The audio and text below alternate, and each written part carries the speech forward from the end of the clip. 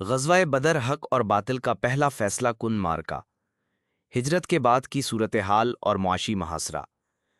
Number 1، ہجرت مدینہ اور مسلمانوں کے مسائل۔ جب رسول اللہ صلی اللہ علیہ وسلم اور آپ کے صحابہ کرام نے مکہ سے ہجرت کی تو یہ محض ایک شہر سے دوسرے شہر کا سفر نہیں تھا، بلکہ یہ ایک نئی تاریخ کا آغاز تھا۔ یہ ہجرت مسلمانوں کے لیے ایک نیا جنم تھی، لیکن اس کے ساتھ ہی ان پر مصائب کے نئے پہاڑ ٹوٹ پڑے تھے۔ قریش مکہ نے مسلمانوں کے جانے کے بعد ان کے تمام مال و اسباب، ان کے گھر، ان کی زمینیں اور ان کی تجارت پر قبضہ کر لیا تھا۔ صحیح بخاری حدیث نمبر 3932۔ ہجرت کے وقت مسلمان اپنے ساتھ صرف وہ کپڑے لے کر نکلے تھے جو ان کے تن پر تھے۔ ان کی تمام جائیدادیں جن کو انہوں نے محنت سے بنایا تھا ضبط کر لی گئی تھیں۔ یہ ظلم و ستم کا ایک ایسا سلسلہ تھا جس نے مسلمانوں کو سخت معاشی اور نفسیاتی دباؤ میں ڈال دیا تھا۔ رسول اللہ صلی اللہ علیہ وسلم نے مدینہ منورہ میں ایک اسلامی ریاست کی بنیاد رکھی اور مہاجرین کو انصار کے ساتھ بھائی چارے کے رشتے میں جوڑ دیا، لیکن یہ معاشی مشکلات مستقل طور پر موجود رہیں۔ مہاجرین میں سے اکثر لوگ تجارت پیشہ تھے، لیکن مدینہ پہنچ کر انہیں نئے سرے سے زندگی شروع کرنی پڑی۔ انصار نے بے مثال قربانیوں کے ساتھ ان کی مدد کی، لیکن قریش مکہ کی طرف سے لگایا گیا معاشی محاصرہ مسلمانوں کی کمر توڑنے کے لیے کافی تھا۔ ایکٹیو ریزسٹنس، فعال مزاحمت کا آغاز۔ قریش مکہ نے ہجرت کے بعد بھی مسلمانوں کو چین سے رہنے نہیں دیا تھا۔ ان کی طرف سے مسلسل سازشیں اور خطرے لاحق تھے۔ اس صورتحال میں رسول اللہ صلی اللہ علیہ وسلم نے محض دفاعی حکمت عملی پر اکتفا نہیں کیا، بلکہ ایکٹیو ریزسٹنس، فعال مزاحمت کا ایک سلسلہ شروع کیا۔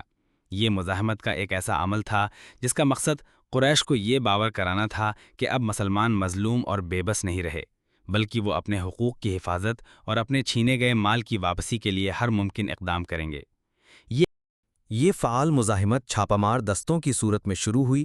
ان کا مقصد قریش کی تجارتی شاہراہوں پر نظر رکھنا اور ان کے قافلوں کی نقل و حرکت کی نگرانی کرنا تھا۔ یہ کوئی عام لوٹ مار نہیں تھی، بلکہ یہ ایک سیاسی اور معاشی حکمت عملی تھی جس کا مقصد قریش کو اقتصادی طور پر کمزور کرنا تھا۔ قریش کی تجارت کا بڑا حصہ شام سے مصر اور پھر مکہ سے گزرتا تھا، اور یہ تجارتی راستے مدینہ کے قریب سے گزرتے تھے۔ ان سرایا کا مقصد قریش کو یہ احساس دلانا تھا کہ اب ان کی معیشت محفوظ نہیں رہی، ان کا ہر تجارتی قافلہ خطرے میں ہے اور ان کی سیاسی اجارہ داری ختم ہو چکی ہے۔ یہ حکمت عملی دراصل قریش کو میدان میں لا کھڑا کرنے کے لیے تھی۔ اس کا نتیجہ یہ نکلا کہ قریش میں بے چینی بڑھنے لگی اور وہ کسی فیصلہ کن جنگ کے لیے ذہنی طور پر تیار ہو گئے۔ غزوہ بدر کا اصل مقصد اور تیاری۔ قافلے کا منصوبہ اور مسلمانوں کا ارادہ۔ آپ صلی اللہ علیہ وسلم اور صحابہ کرام کا غزوہ بدر کے لیے نکلنے کا ارادہ ہرگز جنگ کرنا نہیں تھا۔ اس کا ثبوت یہ ہے کہ 313 مسلمانوں میں سے اکثر کے پاس نہ تو زرہیں تھیں اور نہ ہی جنگی ہتھیار۔ بعض روایات کے مطابق صرف 2 صحابہ کے پاس تلواریں تھیں اور صرف ایک صحابی کے پاس گھوڑا تھا۔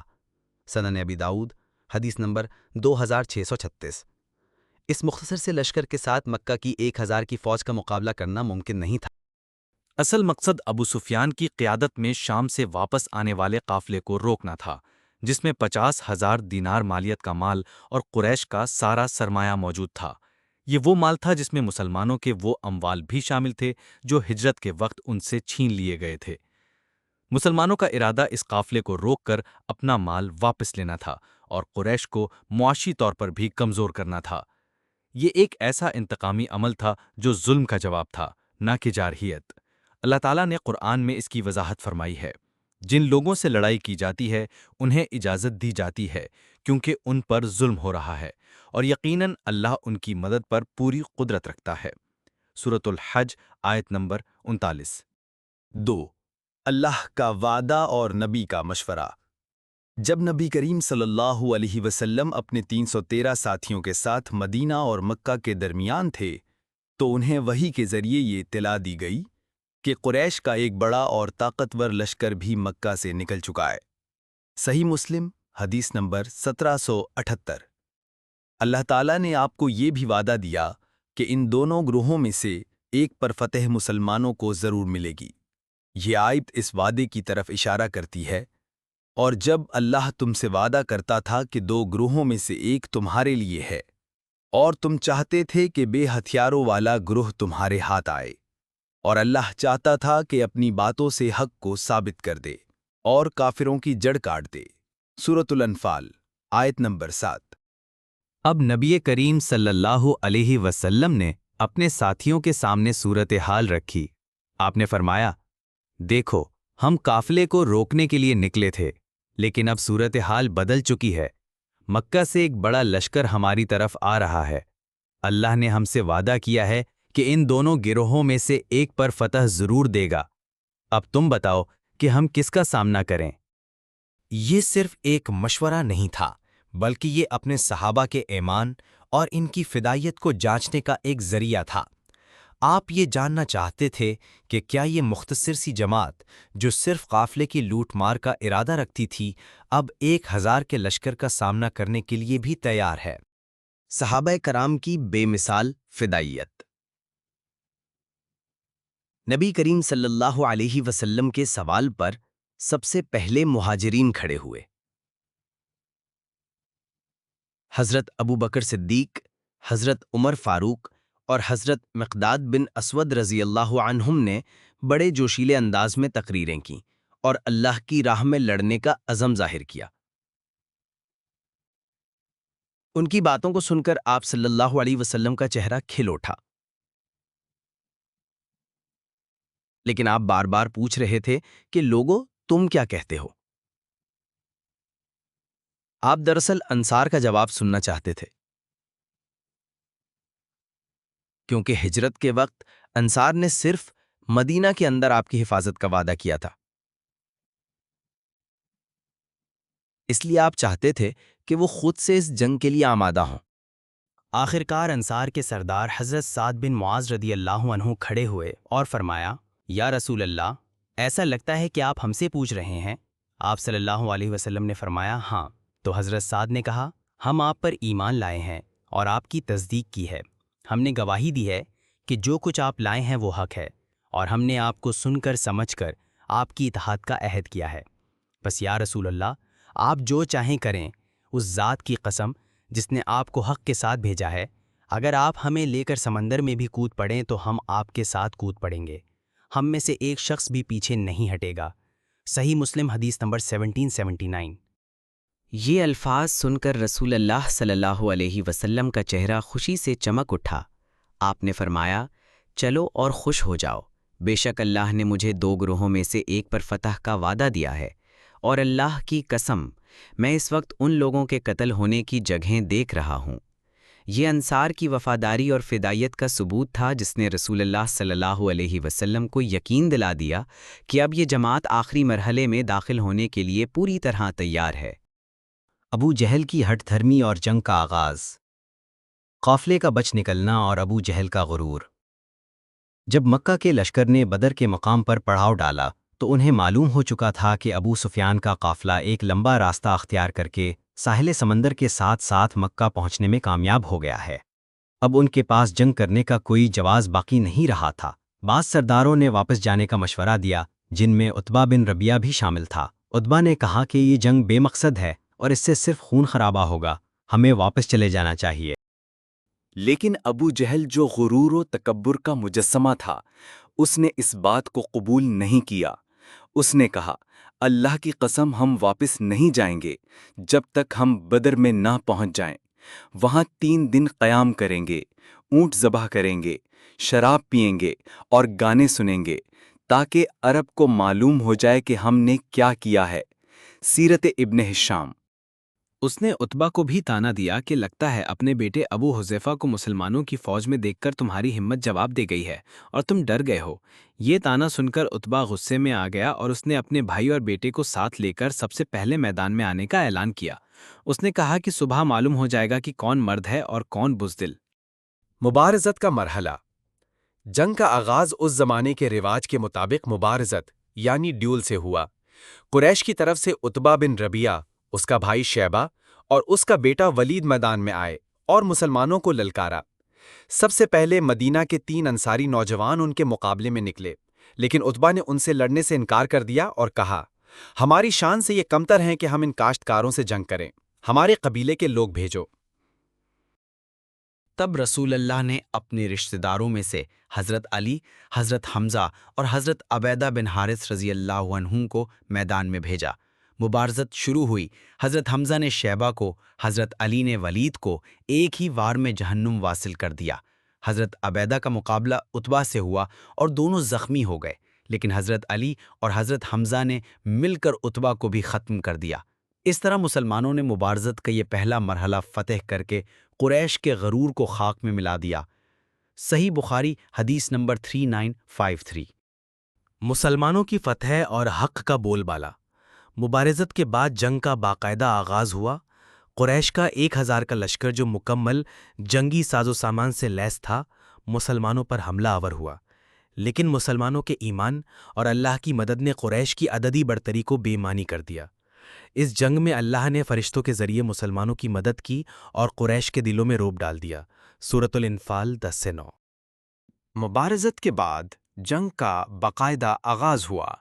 قریش کا 1000 کا لشکر جو مکمل جنگی ساز و سامان سے لیس تھا، مسلمانوں پر حملہ آور ہوا، لیکن مسلمانوں کے ایمان اور اللہ کی مدد نے قریش کی عددی برتری کو بے معنی کر دیا۔